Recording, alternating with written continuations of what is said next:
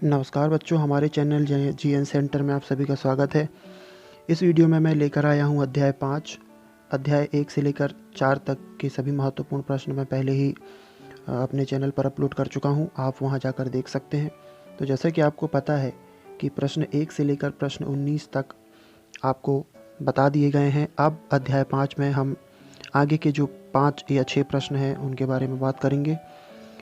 तो पहला प्रश्न आप देखेंगे, कोशिका की खोज किसने और कैसे की। बड़ा ही महत्वपूर्ण प्रश्न, बड़ा ही सरल है कि कोशिका की खोज सन 1965 में रॉबर्ट हुक ने की थी।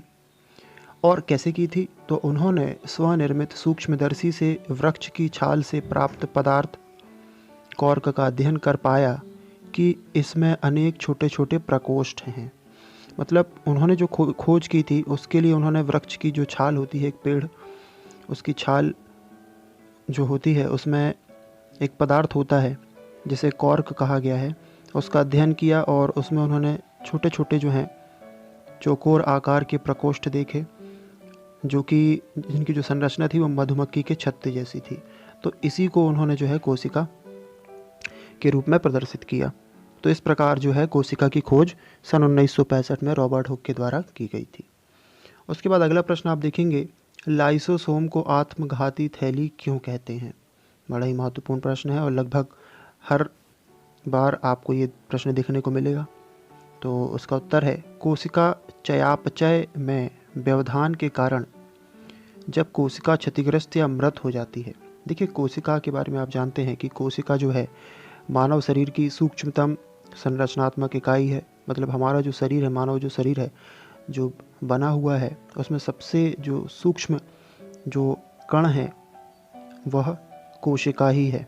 तो कोशिकाएं जो है चयापचय मतलब जब क्रिया करती हैं, मतलब उनका निर्मित होना फिर ख़त्म होना और उसके बीच की जो प्रोसेस है वो सारी की सारी जो है प्रोसेसेस या जो क्रियाएं हैं वो चयापचय कहलाती हैं।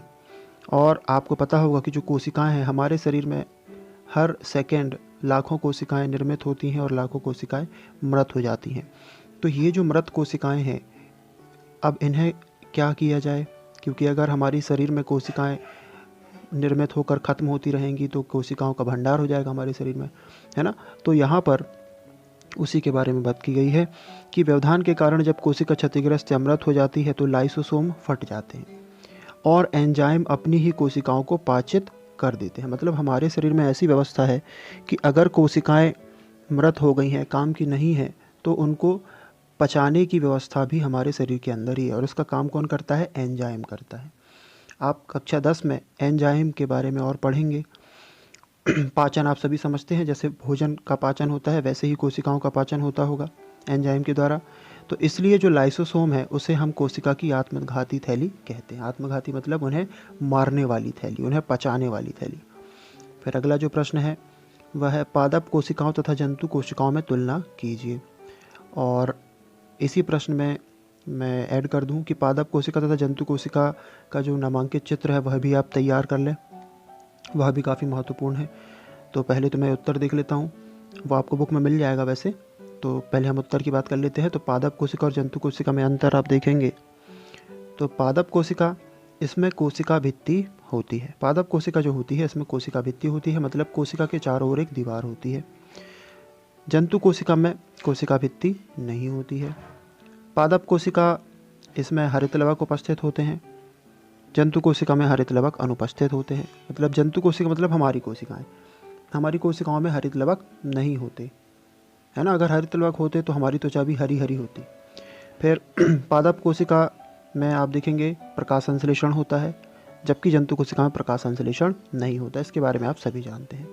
पादप कोशिकाएं जो हैं वो प्रायः बड़े आकार की होती हैं, जबकि जंतु कोशिका छोटे आकार की होती है। फिर अगला प्रश्न आप देखेंगे, प्रोकैरियोटिक कोशिकाएं तथा यूकैरियोटिक कोशिकाओं से किस प्रकार भिन्न है, या इनके बीच में अंतर लिखना है, सीधी सी बात। तो प्रोकैरियोटिक कोशिकाएं जो हैं वह आकार में छोटी होती हैं, जबकि जो यूकैरियोटिक कोशिकाएं हैं वह आकार में बड़ी होती हैं। फिर केंद्रक झिल्ली अनुपस्थित होती है, यूकैरियोटिक में केंद्रक झिल्ली उपस्थित होती है। यह प्रायः एक क्रोमोसोम होता है, प्रोकैरियोट में एक ही क्रोमोसोम होता है, जबकि यूकैरियोटिक में एक से अधिक क्रोमोसोम होते हैं। फिर प्रोकैरियोट में कई अंगक होते हैं। कई अंगक मतलब जो प्रोकैरियोटिक कोशिकाएं हैं उसके भी अपने अपने हिस्से होते हैं। जैसे हमारी बॉडी के हिस्से हैं नाक, कान, गला, वैसे ही एक जो कोशिका है उसके भी कुछ हिस्से होते हैं। जबकि यूकैरियोटिक के सभी अंगक होते हैं, मतलब यूकैरियोटिक में सभी अंगक विद्यमान होते हैं जो जो होने चाहिए एक कोशिका को कार्य करने के लिए। फिर तो इस प्रकार से ये प्रश्न नंबर 23 हमारा था। अब अंतिम प्रश्न जो मुझे लगता है कि काफ़ी महत्वपूर्ण है इस चैप्टर से, वह है कोशिका का कौन सा अंगक बिजली घर है और क्यों है। ठीक, बिजली घर पढ़ा होगा आपने ये प्रश्न। तो माइटोकॉन्ड्रिया को कोशिका का बिजली घर कहते हैं। बिजली घर का मतलब है ऊर्जा प्रदान करने वाला, है ना। तो माइटोकॉन्ड्रिया जो है वह कोशिका को ऊर्जा प्रदान करने का काम करता है, इसलिए इसे कोशिका का बिजली घर भी कहा जाता है। यह जीवन की विभिन्न क्रियाओं को करने के लिए एटीपी के रूप में ऊर्जा प्रदान करते हैं। मतलब हमारे शरीर में जो कोशिकाएं हैं वह सूक्ष्म इकाई हैं। मतलब अगर हम कोई भी कार्य कर रहे हैं तो उसको करने में एक एक कोशिका बहुत महत्वपूर्ण कार्य करती है, तो उसे कार्य करने के लिए ऊर्जा भी चाहिए।